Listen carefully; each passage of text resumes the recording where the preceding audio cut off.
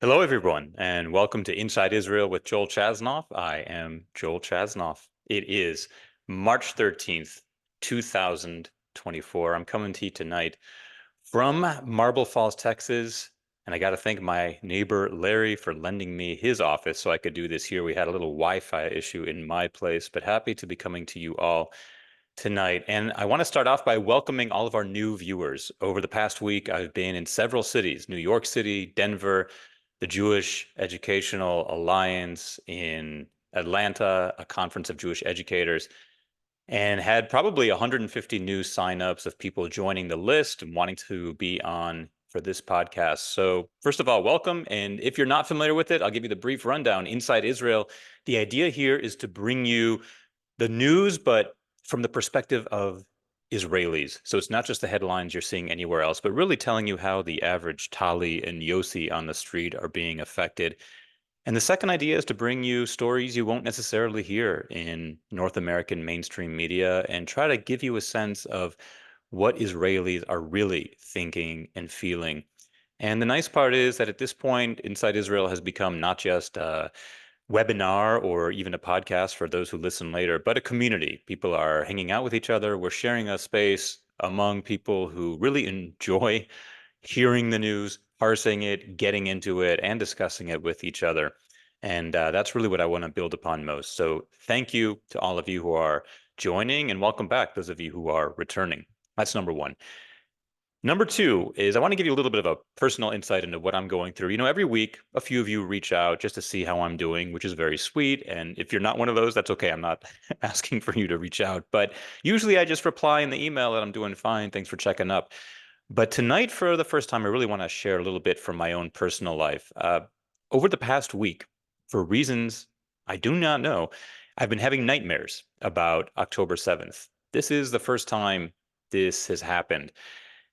Usually I don't remember them, but last night I did. I woke up in the middle of the night from the first one. I was watching in the dream a television broadcast about hostages, and they kept talking about how children hostages were being tortured by Hamas. And I attempted to change the channel, but no matter what channel I went to, that was the story. The same anchorman, the same person being interviewed. And when I tried to turn the television off, it wouldn't shut off. I don't think it takes a Freudian psychologist to figure out what the backstory is there. But that woke me up and I had trouble falling back asleep after that. Finally, a few hours later, I did fall asleep again.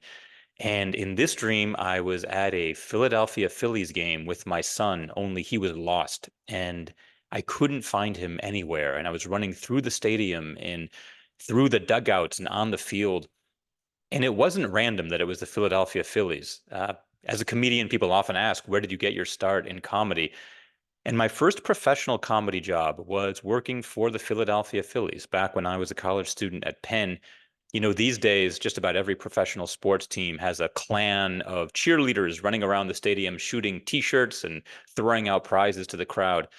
But the Philadelphia Phillies were the first one to do that in the summer of 1995 in preparation for the All-Star game in the summer of 96. And I was part of that initial squad of what we call the fan stormers with a PH, of course, fan stormers running around the stadium. So Philadelphia has a meaningful place in my heart. And in this dream, I was looking everywhere in the stadium for my son and did not find him in the dream, but ultimately did wake up from it.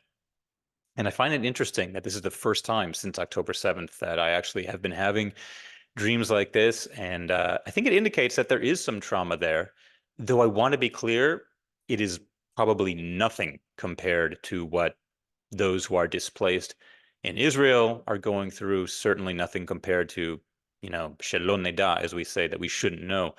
The bereaved families are going through. But at the same time, it's not a contest. And I think so many of you as well are affected. As I've been going around the country, one comment I consistently get from people is that their lives are not the same. Often it's in small ways. Perhaps they're not sleeping the way they used to, or they're a little more hesitant to express their Jewishness when they're outside the house. I'm hearing that from a lot of people right now, that they simply don't feel comfortable being Jewish in public the way they used to before October 7th and also before this wave of really unprecedented anti-Semitism in North America and all around the world. has taken off. So I think we're all going through something here, but it's all the more reason that we need to come together like this every week. And like I said, just share this communal space and be amongst our own and talk about the issues that matter most to us and hopefully learn a little bit and grow from it. But if I can provide you a little bit of that community, then my job is well done.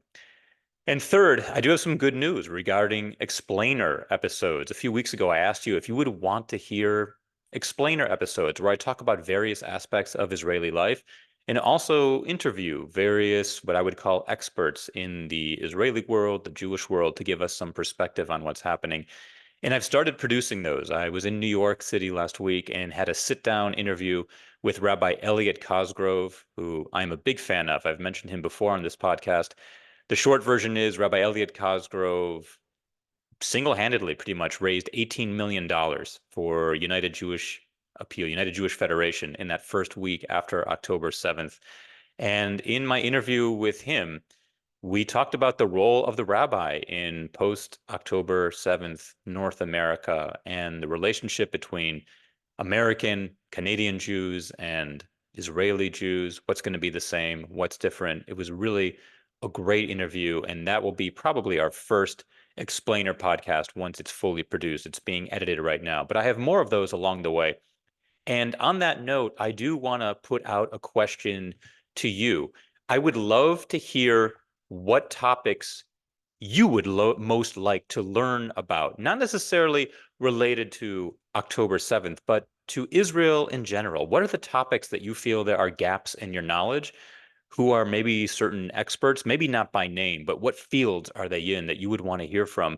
I'm going to put my website right here. You know, in past weeks, I've put up my website, my email address, the address for Apple and Spotify podcast.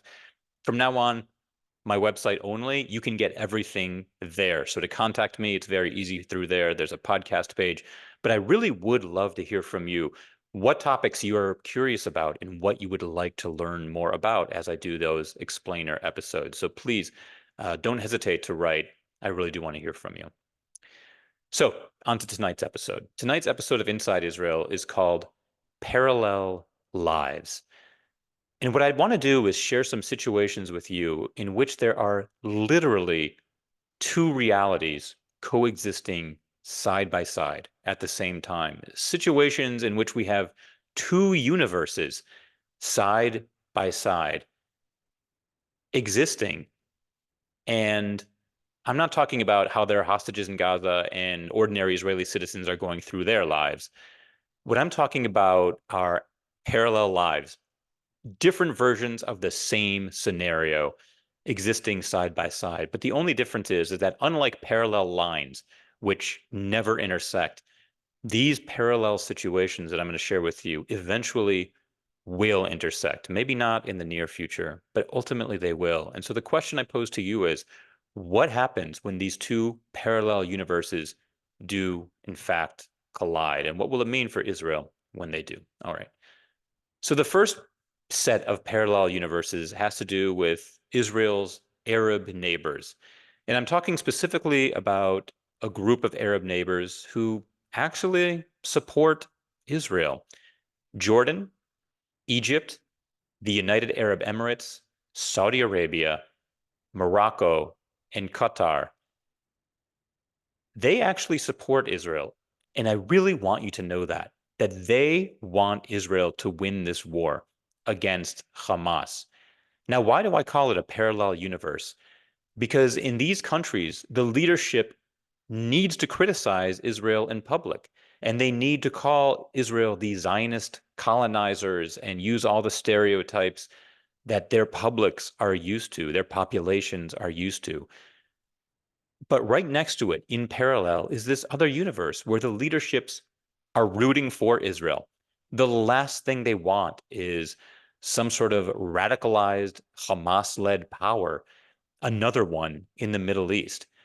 These countries have all decided that they want to be part of the new world, the future. They are getting on that train. You know, Qatar hosted the World Cup recently, and yeah, it wasn't fair how they got it. There were a lot of bribes involved, but hosting that World Cup was a signal that they see themselves as part of the new world, not just the new Middle East, but the new world. These countries, I think it's the UAE also sponsors the Live Golf Tournament. I mean, the golf in these Arab countries, who would have thought? But that's where they are banking on their futures. And for them, a strong, stable Israel, not a Hamas, is what they want. And yet they cannot say this out loud. So one of the questions we need to consider is what happens when eventually they do need to say this out loud and make this public? Or will they simply be able to go on forever supporting a peace with Israel, but criticizing Israel in public to their populations? Another question, will their populations ever come around? Obviously don't know the answer to that, but it's really important to me that you know that the Arab world isn't entirely against Israel the way it used to be. Certainly Iran, Iraq, Syria, Hamas, Hezbollah, of course, are. But I think Lebanon, the country, would want a peaceful existence with Israel. They're simply impotent against Hezbollah, this army sponsored by Iran operating within their midst. But it's important that you know that the Arab world, this part of the Arab world is changing. They do have a parallel life, these two parallel lives where they need to support it personally, but criticize it in public. The second scenario of parallel lives has to do with the ultra-Orthodox and the Haredi draft. And this is a topic we've talked about before. And it relates to a question I got from a new friend of mine, Adam in Queens, and he sent in, I read today that the chief Sephardic rabbi of Israel said that the ultra-Orthodox would actually leave Israel if forced to serve in the IDF. Is this bluster or is this a real threat? And indeed, this is one of the things that Israelis are talking about, this threat by the Shas rabbi that all of the Haredi Jews would leave Israel. And in fact, I believe a lawsuit was opened against him as an official government employee. He is not allowed to advocate for one group over another. And so he's being, I'm not sure sued is the right word, but called out for making this kind of statement. But again, his statement was that the ultra-Orthodox would leave Israel if they were forced to serve in the IDF. And, the response was, what other country would support you? What other country would allow you to sit in yeshiva all day and actually pay you a stipend for that and pay you for every child you have? No other country would do that. You would be forced to work. It was Yair Lapid who came out and say that, and many other politicians jumped on board and agreed with that as well. From what I've heard, this is mostly bluster. This is mostly a statement. I do not see many countries around the world opening their arms to, what is it, 13% of Israel's population. So that's, about 1 million ultra-Orthodox Haredi Jews who have no intention of joining the workforce and studying yeshiva all day. That is not realistic, but it highlights the point of this parallel universe that I'm talking about. And what I mean by parallel universe is I really want to make clear that these ultra-Orthodox Haredi Jews have not been a part of Israeli mainstream society. They are living in their own world. And I have a little thought experiment that I'm going to run by you and to try to make clear exactly just how drastic these extremes are. Imagine if the government of Israel said that because of manpower shortages in the army, from this moment on, every 18-year-old Jewish boy in North America needs to serve in the Israeli army, that we will draft you with the permission of America into the IDF. That is obviously very extreme. But I would argue that that might not be nearly as extreme as drafting the ultra-Orthodox Haredi population because they have been living so amongst themselves, according to their own rules and outside of the realm of the modern world, that putting masses of them in the army, extreme is the only word I can come up with. But another word that comes to mind is frightening. Frightening. I do think we need to consider that it's frightening to put this many ultra-Orthodox Jews in the army. Why? What am I worried about?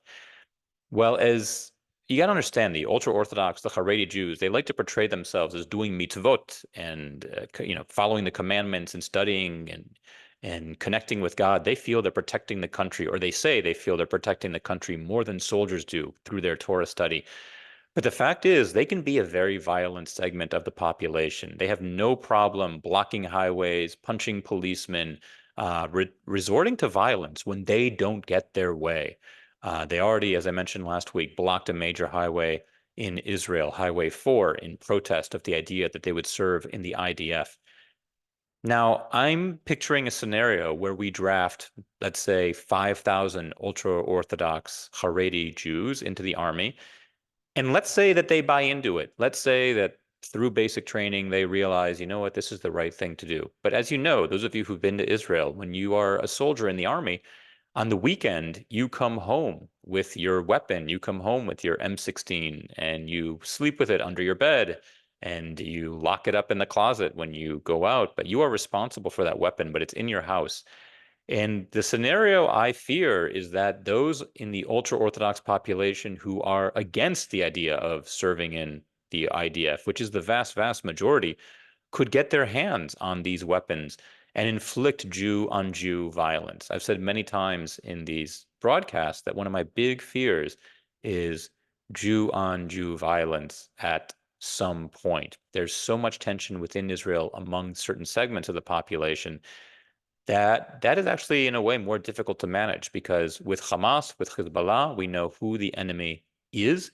When it becomes Jew against Jew, it's much harder to separate. And for me, that is one of my big fears as we make progress to perhaps separating from the Palestinians and having a two-state solution, which would require withdrawing some of our own Jewish settlers from the West Bank or drafting ultra-Orthodox Haredi Jews into the IDF.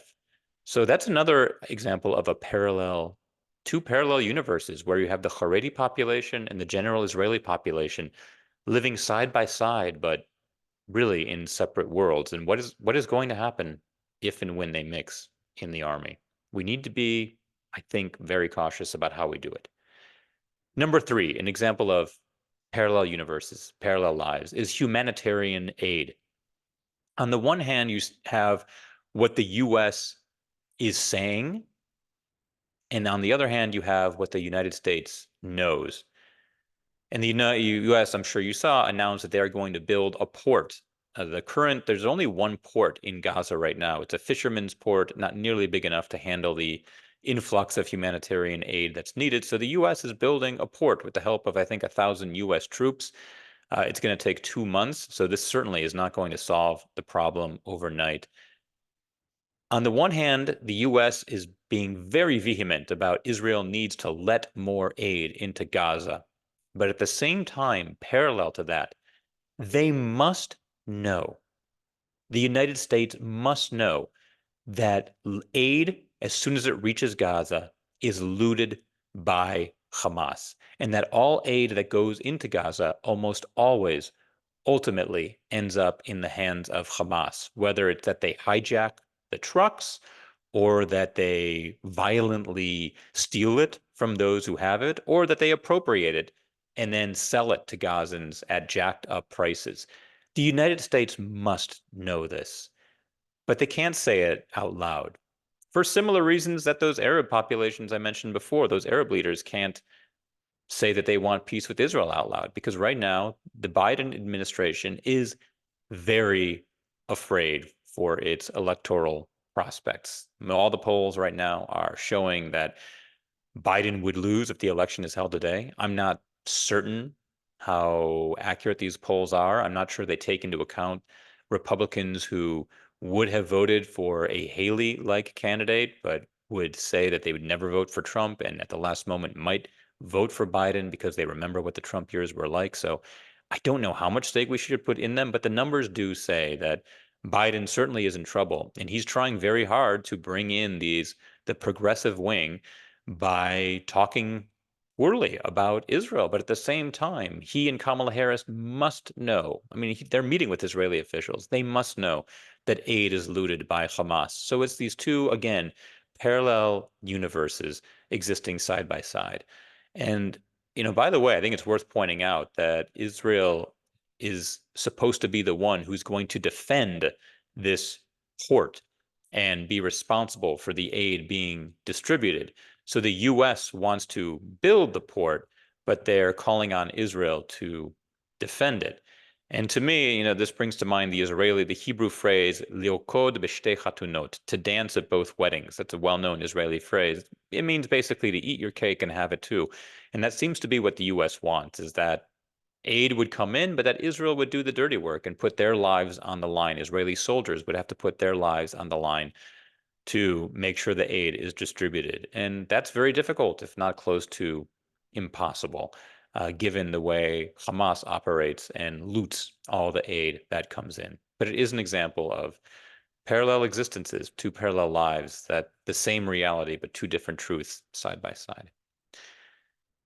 The fourth example of parallel universes, and our final one, is that in the eyes of many of our allies, Israel actually has two prime ministers at this point. There is Prime Minister Benjamin Netanyahu, and right next to him is what they are seeing as future Prime Minister Benny Gantz.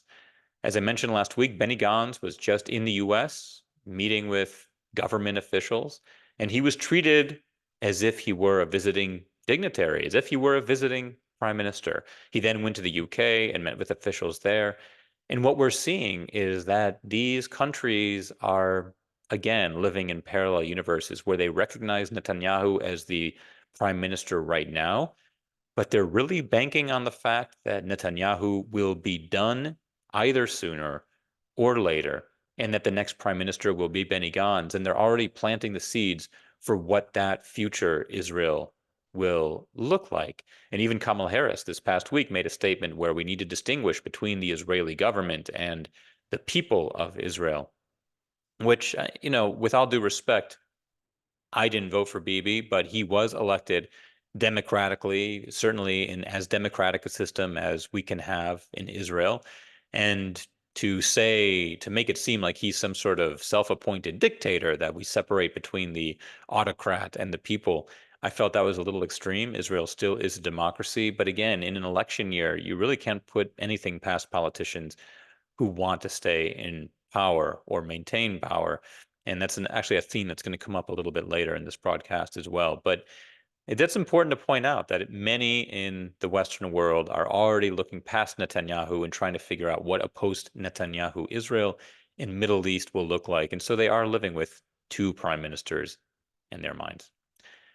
So some news items from this week. A short item that right now they're finding that reservists in Israel are still clamoring to be called up to the reserves and to fight. The motivation is still high. Those who have not been called up for reserves are eager to get called up and are calling the army, asking for themselves to be called up. So I think that's good that we are seeing motivation is still very high among Israeli soldiers, particularly among the reservists. Another piece of news, this is sort of a first. Brigadier General Dan Goldfuss, he's one of the commanders in Gaza who's been fighting in Gaza since October 8th. And like I said, high-ranking, a brigadier general. He called out politicians. This is never done, but he called out politicians. He had a press conference on the border. I believe he was in Israel speaking on the border with Gaza, and he gave a prepared speech about the situation in Gaza. And this speech was approved by the censors, the government censors, the spokesman's office. But then he opened a notebook, just a pocket notebook, and he read a little speech that he had written in his notebook that had not been approved by government censors. And in this speech, he called out politicians and said, "You need to be worthy of us." Those were his exact words translated. You need to be worthy of us, worthy of the soldiers who are fighting and dying. And he was specifically calling out the politicians that he believes are sowing animosity within Israel's population, who are too extremist on the right. He also said that everyone needs to be a part of this fight, which is a specific reference to the ultra-Orthodox Haredi Jews currently not serving in the IDF. And after this, he was sort of reprimanded. He was called for a, quote, personal conversation with the IDF chief of staff, Halevi, to figure out exactly what he meant by saying this and by calling politicians out. This certainly is not normal. I think it's certainly plausible that he will be asked to step down. It's also certainly plausible that he'll make some sort of statement and said it was taken out of context, or that it will just wash over. But the point is, this is unheard of for a brigadier general of that rank to call out politicians. Another Brigadier General, Amit Saar, he's the head of intelligence research in the army. He has announced that he will step down from his post as soon as it's logistically viable for him to do so. And this is in response to all of the missteps and mistakes leading up to the October 7th massacre, that the intelligence really failed here, not failed to know, but failed to act. As I've said so many times, the question is no longer how did we not know? It is why did we not do anything? And here we have Brigadier General Amit Saar stepping down as the head of intelligence research, taking some responsibility and showing remorse for all of the intelligence missteps that led up to October 7th. Another piece of news, the IDF announced that it does intend to move forward with the operation in Rafiah. This is the southern city in Gaza and really the last remaining big battle. There are currently estimated, I think it's 1.2 million Palestinians there. So many of the Palestinians, the Gazans, fled from the north and the south while Israel was working its way down through the country. The north and the south are at this point very much solidly controlled by the IDF. Not perfectly, there still are some holes and gaps, but for the most part, all of the tension now is in the south. And the real question for Israel is how are you going to fight Hamas when you have 1.2 million Palestinians there, civilians? And what Israel announced today is that they're going to set up what's known as humanitarian islands throughout central Gaza. So it seems to be that they are going to cordon off certain neighborhoods and move civilians there and sort of, I mean, I hate to use the word ghetto, but there really is no other word to sort of explain what this would be. This would be a cordoned off, you could call, I guess you could say a gated community if you wanted to go in that direction. But these are going to be neighborhoods that are cordoned off, guarded by the IDF. And that's where the civilians would be kept, and they would be safe zones while the IDF attempts to root out Hamas in Rafiah in the south. They said that if there were no truce by Ramadan, that they would begin their operations. So far, it hasn't really begun in full. They did bomb an apartment complex the other day where a supposedly high Hamas operative had been hiding out. Typical to the IDF, they warned the residents ahead of time. They evacuated as many of them as possible, and most did evacuate to avoid civilian casualties. But that one bombing is a small act. The big operation in Rafiah has not begun yet. And what do I think it would look like? I think there would be massive bombing of buildings. I think the IDF has been researching where the real assets have been hiding out. You know, one thing I try to bring up often is that in addition to the 13,000 or so Hamas militants who've been killed, we have been capturing hundreds, if not, thousands at this point of Hamas militants and questioning them and getting intelligence about where Hamas leadership is and what their plans are at this point, which is why I feel the war needs to continue. We are getting a lot of intelligence from these captured Hamas militants. And I think any IDF plans would be based on the information that we've been gleaning from the Hamas assets we have captured so far. And just on a personal level, from the soldiers who continue to stop by, my apartment in Israel and chat with Dorit and update us, they're telling us that we are winning the war, that Hamas is really falling apart. They're on their last legs, that they're disorganized. They're not operating in any sort of structured way like the IDF is. And it really is just a matter of time. But we cannot loosen our grip on the hammer at this point. We know to go all in. Now, the question has always been, do we fight like there are no hostages, or do we rescue hostages as if there's no war? I think it's becoming increasingly clear that I don't see a hostage deal coming. Now, today, big news in Israel that Israelis were talking about was that there was some optimism for a new hostage deal. Apparently, Qatar had put pressure on Hamas to go ahead and accept Israel's terms. And this, again, calls back to that first point I brought up, that Qatar and some of these other Arab countries, they want a ceasefire, and they are pushing on Hamas to accept Israel's terms for this 6-week ceasefire. And as you may know, Qatar houses the leadership of Hamas, so they have some skin in the game.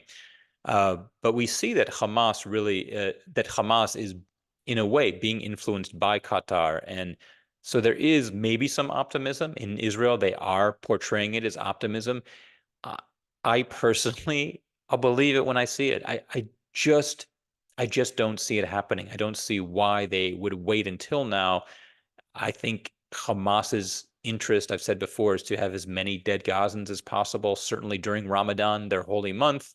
That way the world can see what the mighty, brutal Israelis do during their supposedly joyous holiday of Ramadan, and that would play into their hands. Let's be honest, it's worked so far. And that brings me to my last news item, which is the Oscars. I mean, do we even really need to bring this up? I'm not big into showbiz gossip, but I think it is worth pointing out. I would think it was Glazer who, during his acceptance speech, talked about refuting Judaism and calling out the memory of the Holocaust. And, it just shows you that uh, eh, these guys, they know absolutely nothing. And yet, I think it brings to point a larger issue is that a lot of people are using this war as a way to get attention for themselves. I know of several people on social media who were really nothing on social media until October 7th. And frankly, October 7th is the best thing to happen to their social media careers. And now they're becoming popular and getting speaking gigs, even though they have nothing to actually offer, nothing to say. And I think for a lot of movie stars in the Hollywood community as well, this is a chance to put on a red pin and call for a ceasefire and call for humanitarian aid, even though they have absolutely no idea of what it really means to try to get aid into Gaza. They have no idea that calling for a ceasefire would only empower Hamas, and that really it's completely illogical to call for a ceasefire unless three very simple conditions are met: that hostages be freed, Hamas recognize Israel, and Hamas put down their arms. I mean, if those three things happened, there would be a ceasefire. But I think a lot of people see an opportunity here to be they're opportunists and see a chance to get some FaceTime, to get some time on camera, to look like they're doing something for the global good. And really speaking out of their asses, if I can be frank and use a little bit of French, pardon me. But it's absolutely ridiculous. Now, the question is, how many of them are actually making an impact when they do this? Does most of America turn to movie stars for their information on news? If they do, would we even have a chance to sway them in the first place? I'm not sure, but I did want to at least mention it because certainly to Israelis, if you want to know what they're talking about, they saw that Oscar speech and they saw it going around, and think it's absolutely absurd. And by the way, if you want to see a parody of Oscar speeches, the actor Michael Rappaport has a very funny and biting and scathing speech. You can probably see it on Instagram or just Google Michael Rappaport Oscar speech. It was filmed in conjunction with the Israeli sketch comedy show Eretz Nehederet, and it's very funny and very poignant, and really calls out the Jews of Hollywood for not being nearly as vocal as they should be. So let's go on to some questions. We had a lot of questions coming in this week, which I'm thrilled to see, and I'll try to get to some of them. And there are a lot of crossover as well. The first one actually isn't a question. It's just a statement. Someone named Andy from the 914 area code. That's Westchester, New York, where I used to live. Andy said, I just returned from a week-long solidarity mission in Israel, and it was amazing in capital letters. 6 days, which seems very short, but a lot of these missions are very, very short. He said one of our stops was at Tel Saki, where we were told the story of the 188th Armored Brigade, which means a lot to me. That was the brigade I was in the Army. And Tel Saki is the site of a very famous battle in 1973. And Andy said just so many memorable moments in a very meaningful trip. So for those of you looking to go to Israel, these volunteer missions are a great way to contribute to the country. And I talked to some Israelis this week, and they said it really means so much to them to have tourists come over. It's not simply, we're glad you're here. It really means a lot to them, this show of support. And the Americans I'm talking to who have come back have also said that Israelis literally were crying with gratitude to have American and North American Jews from around the world come over. So these solidarity missions are necessary and certainly helpful. Here's a question from Vanessa. She writes, it feels very hard to be a Jew in America right now as things in Gaza continue to deteriorate and people and children are starving.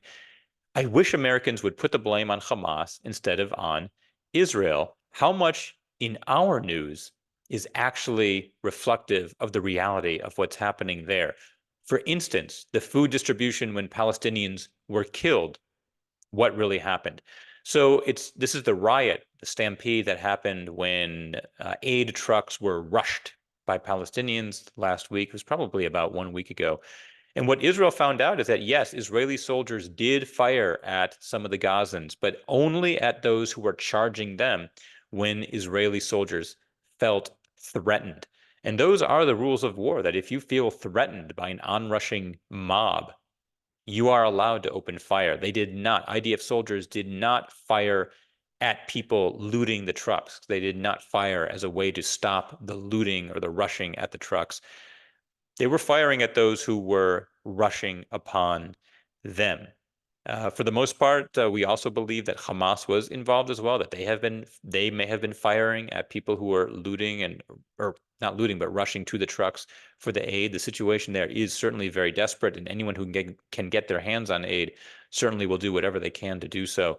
But IDF soldiers were not firing at those rushing the trucks. But I just want to add, you mentioned hard to be a Jew in America right now. One of my stops over the past week was a Jewish college conference called Nachshon. This is for Jewish college students who are committed to having a career in the Jewish world, and they do a program through Nachshon. Typically, they spend, I believe it's 1 semester in Israel. It's actually, the heads of it are two very good friends of mine from Camp Ramah, Rabbi Todd Zeff and Rabbi Josh Cohen. But this year they had to do, instead of the full semester in Israel, they're doing a bunch of smaller seminars in New York City, which obviously doesn't have the same impact. But these college students, I did a comedy show for them and did some Q&A and spoke with them. They said that the anti-Semitism on campus, it is real. It is not something that we're blowing out of proportion or just making a bigger deal of than we should. They are not feeling comfortable to be a Jew on their campus, whether it's hiding their chai necklace or not wearing their kippah, putting a hat over their kippah on their head. The climate is not what it used to be. And I just want to reiterate that to you. It's the real deal, what's happening on college campuses. It's not just one incident here or there. And what they're also saying is that administrators, for the most part, are not responding. They're saying we'll look into it, but nothing is actually done. Anita wrote in, I just read that a poll indicated that Israelis prefer Trump to Biden. Yes, this is true. A recent poll in Israel said that most Israelis, not many, I think it's 44% to 38% or something like that, prefer Trump over Biden. Can I break that down a bit?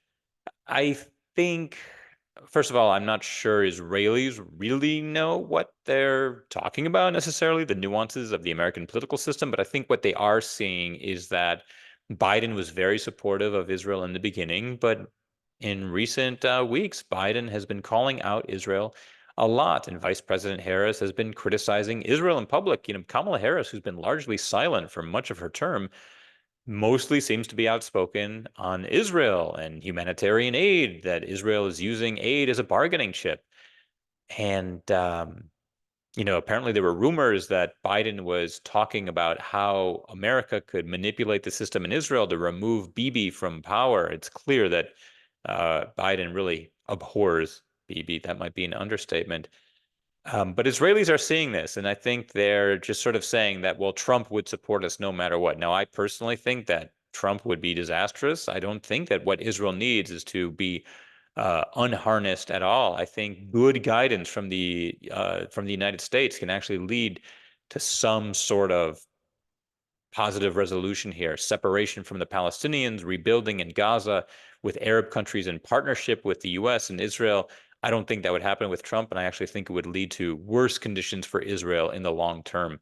It's kind of like a kid who wants, their parents to be away for the night, and it sounds more fun, but in the long term, it's bad for the kid. I really, I'm not saying that it needs to be a paternal relationship, but American guidance is necessary, and America has influence, and we would lose that positive influence if Trump were in power, I believe. So what does this actually mean? It means that Israelis are reacting to the news, but not much else. She also mentioned that a new poll found that Israelis prefer Gantz to Netanyahu. Yes, this is consistent. Consistently, we are seeing that Israelis are saying that they want Gantz to be the next prime minister. At this point, if elections were held today, the Gantz-led coalition would have 74 seats in the Knesset, 74 when you need 61 for a majority. So that's That's a clear majority. And most Israelis, another thing that you didn't mention, Anita, but in this poll, most Israelis want new elections to be held right now. So there's another parallel universe that we have. We want new elections, but we're stuck, can I use that word, with the prime minister we have. So a little parallel existence going on there as well.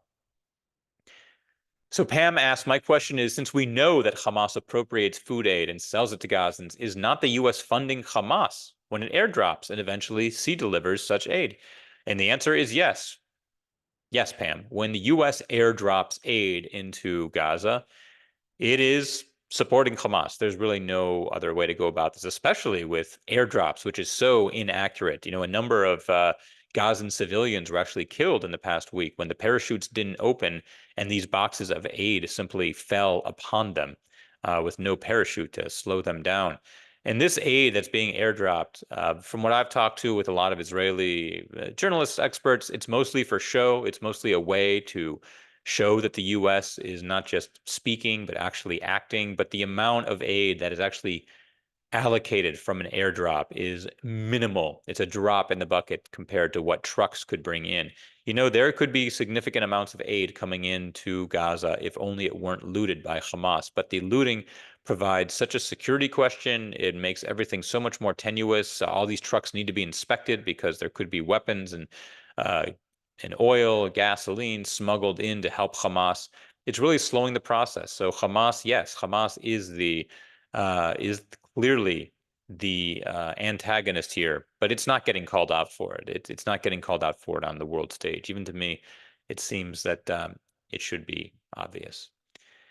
And our last question is from two people. Both Harold and Judy had different versions of the same question. Can I address the Sa'ar Gans split and what effect that will have? So Gideon Sa'ar, as a little bit of background, we know who Benny Gantz is. Benny Gantz is the head of the Kahol Lavan, Blue and White Party. He's a former chief of staff, and he is part of this war cabinet that is helping Netanyahu, along with Eisenkot, another chief of staff, to run this war. And many Israelis feel secure knowing that Eisenkot and Gantz are leading the war as well, not just Netanyahu alone.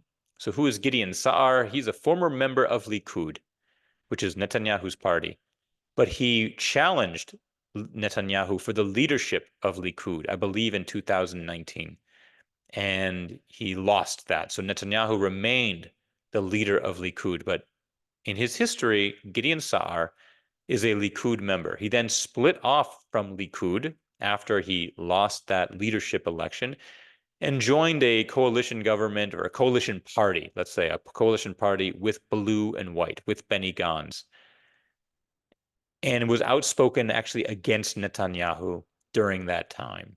He, just his background, he opposes a two-state solution.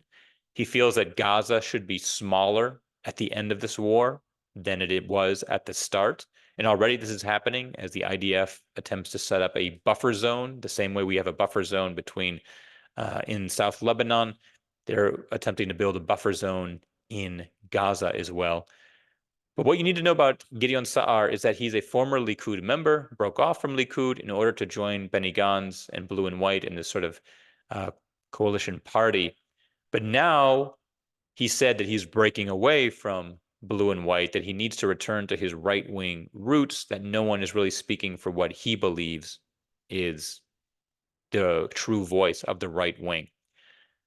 What do I make of this? I'm not a political expert, but to me, it's obvious that what's happening here is that Gideon Sa'ar is positioning himself to run for prime minister against Benny Gantz.